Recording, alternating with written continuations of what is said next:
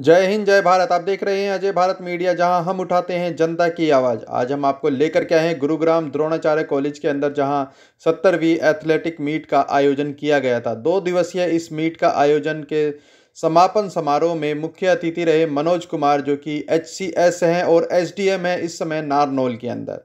आपको बताना चाहेंगे कि जो मनोज कुमार हैं SDM नारनौल, वह यहाँ के जो प्राध्यापक हैं वीरेंद्र आंतिल, उनके कभी शिष्य रहे थे। इसी कारण से आज उन्हें यहाँ पर बुलाया गया था, क्योंकि वह एक युवा HCS भी हैं और युवा SDM भी हैं। इस नाते उन्होंने यहाँ पर युवाओं को काफ़ी गुर भी दिए और उन्होंने जो मंत्र बताए उनको, जिसके तहत वह अपने जीवन में सफलता हासिल कर सकते हैं। सभी लोगों ने तालियां बजा करके उनका इसके लिए स्वागत किया। यहाँ पर सभी बच्चों को प्राइज़ और मेडल्स दिए गए थे। इसके साथ ही इस प्रतियोगिता में कॉलेज की तरफ से कॉलेज के जो कर्मचारी हैं, जो अध्यापक गण हैं, उन्होंने भी, प्रोफेसर जो हैं यहाँ पर, उन्होंने भी इस प्रतियोगिता में हिस्सा लिया और उनको भी यहाँ पर मेडल्स दे करके सम्मानित किया गया। आपको बताना चाहेंगे कि कॉलेज के प्रधान आचार्य जो है इस समय वीरेंद्र आंतिल, उनके माता पिता की स्मृति में भी इस समय उन्होंने यहाँ पर बेस्ट एथलीट जो अवार्ड है वो अपनी तरफ से दिया था।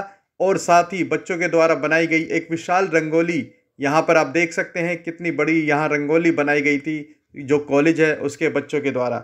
आपको हम दिखाना चाहेंगे कि फैंसी ड्रेस प्रतियोगिता का भी आयोजन इसके तहत किया गया था, जिसके बच्चों को यहाँ पर प्राइज़ दे करके उनको गौरवान्वित किया गया।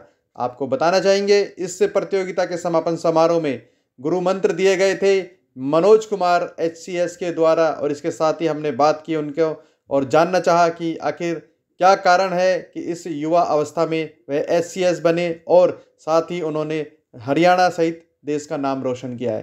देखिए ये खबर हमारे साथ। धन्यवाद। जय हिंद जय भारत। सर, आज आप जो एथलेटिक मीट में आए हुए हैं, क्या कहना चाहिए? मैं आज इस 70th एथलेटिक मीट में वीरेंद्र सर ने मुझे बुलाया, इनका बहुत बहुत धन्यवाद। और क्योंकि मेरे टीचर रहे हैं, 22 साल बाद में अपने गुरु से आशीर्वाद लेने का एक मौका मिला है, तो इसके लिए इनका बहुत बहुत थैंक यू। सभी बच्चे जिन्होंने इस एथलेटिक मीट में भाग लिया, गोल्ड मेडल जीते, उन सभी को शुभकामनाएं। और वो इसी तरीके से अपनी ये जो जज्बा है इसको कायम रखेंगे और आगे कम से कम ओलंपिक तक जरूर जाएंगे। उन सभी को शुभकामनाएं।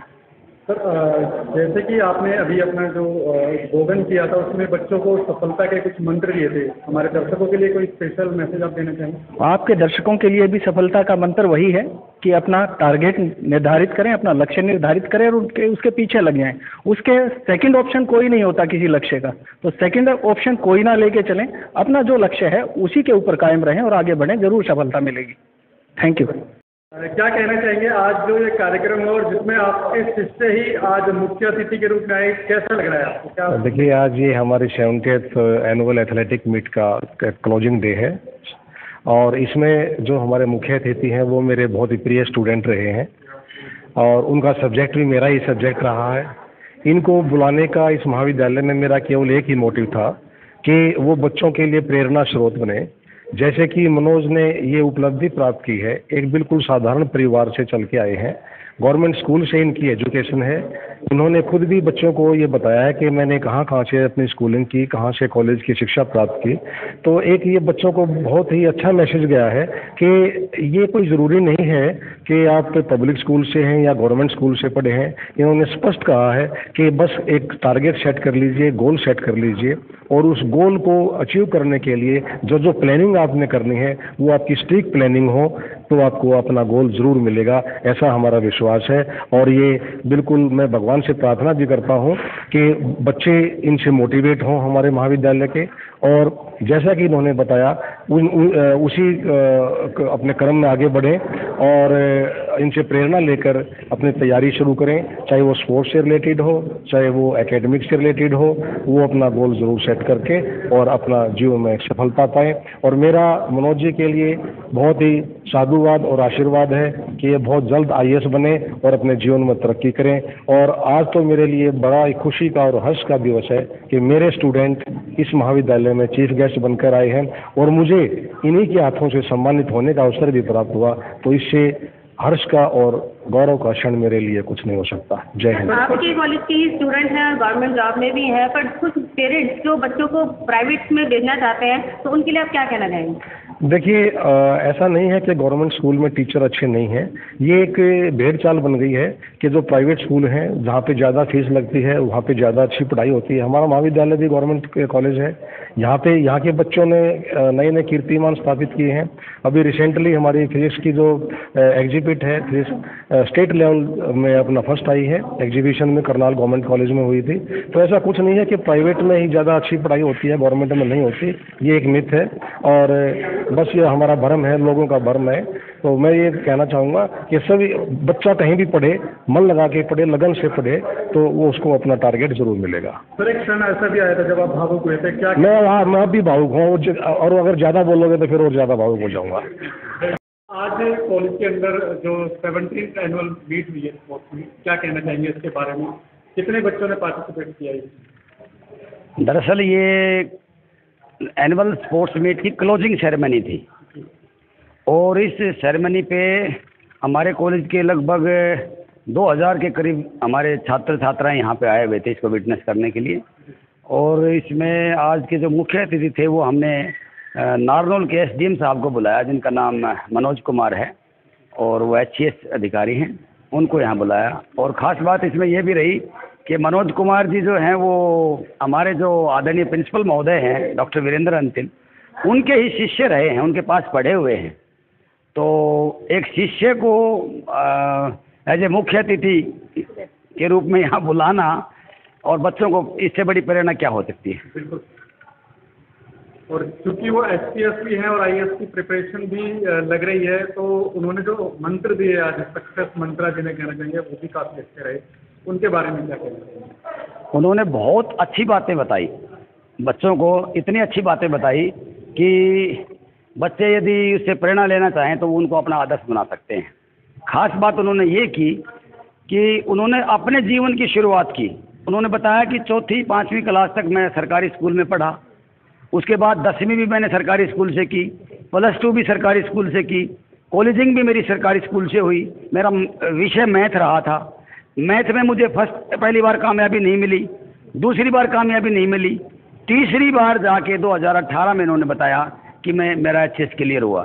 तो उन्होंने यहाँ से ये संदेश देने का प्रयास किया है कि जब मैं एक सरकारी स्कूल का विद्यार्थी यहाँ तक पहुँच सकता हूँ तो आप भी पहुँच सकते हैं। जज्बा होना चाहिए, आपकी मेहनत होनी चाहिए, आपको कुछ कर गुजरने की आपके अंदर विल पावर होनी चाहिए। वो सब उन्होंने यहाँ संदेश देने का प्रयास किया, जो वास्तव में बच्चों के लिए प्रेरणा स्रोत बन के गए हैं यहाँ पे।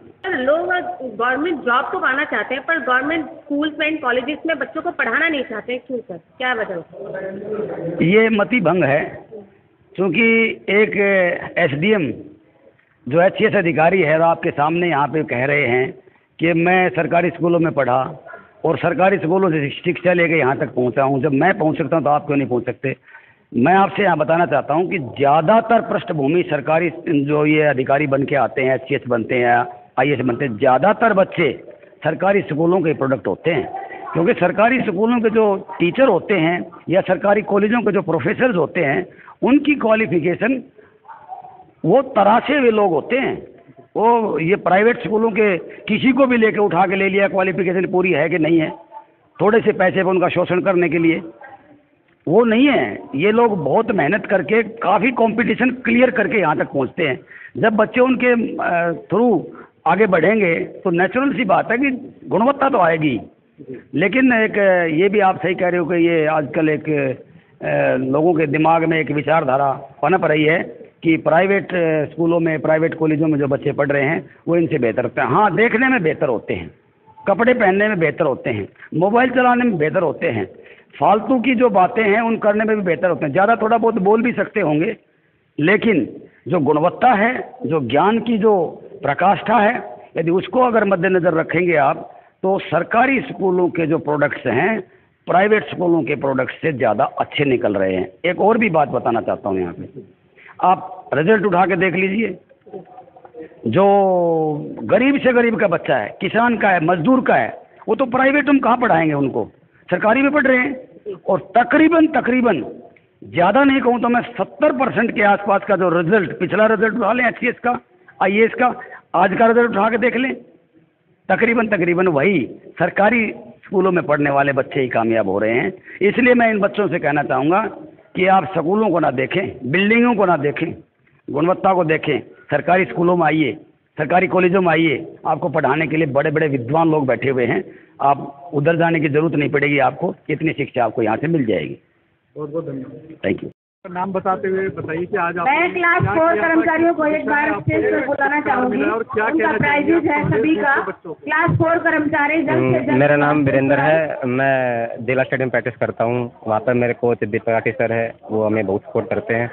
मैंने आज यहाँ पर लॉन्ग जंप और ट्रिपल जंप और 1500 मीटर और 800 मीटर और रिले 200 गुना 4 मीटर और 5 किलोमीटर में जहाँ भी मेरी आवाज़ सुन रहे हो, और मैं यही कहना चाहूँगा कि सब मेहनत करते रहो तो मेहनत का लक्ष्य पहुँचे।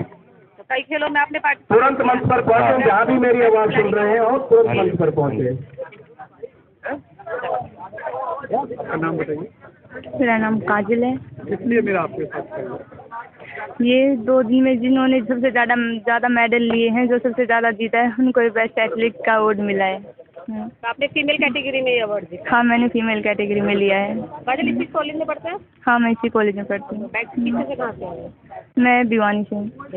हाँ। जो बच्चे खेल के प्रति जागरूक नहीं है, क्या संदेश आप देना चाहिए? उनको कहना चाहूँगी कि उनको खेल के प्रति जागरूक होना चाहिए। उनको अपने अंदर जो स्टेमिना है उसको पहचानना चाहिए। उनके अंदर जो एक देश के लिए कुछ करने की भावना उसको पहचानना चाहिए कि हाँ, हम भी औरों की तरह देश के लिए कुछ कर सकते हैं। उनको भी आगे बढ़ना चाहिए, लड़कियों को भी आगे बढ़ना चाहिए। आज कई माँ बाप जब अपने बच्चों को खेल के मैदान से खुद ही दूर कर रहे हैं, उनके हाथ में मोबाइल दे करके, तो ऐसे में आप क्या संदेश देना चाहिए उन माता पिता? ऐसे में जो माता पिता अपने बच्चों को फ़ोन देते हैं, उनसे कहते हैं यहाँ पे फ़ोन से खेल लो, तो उनसे उनको कुछ फ़ायदा नहीं होता। उनकी आँखें ख़राब होती हैं, उनको बीमारियों का सामना करना पड़ता है। जो शारीरिक क्रिया करता है, जो खेलने कूदने बाहर जाता है, उसके शारीरिक क्रिया, उसके शरीर में डेवलपमेंट होता है और वो अच्छा, उसका मानसिक संतुलन भी अच्छा होता है। वो सब कुछ क्षेत्र में आगे बढ़ता है। बहुत बहुत धन्यवाद।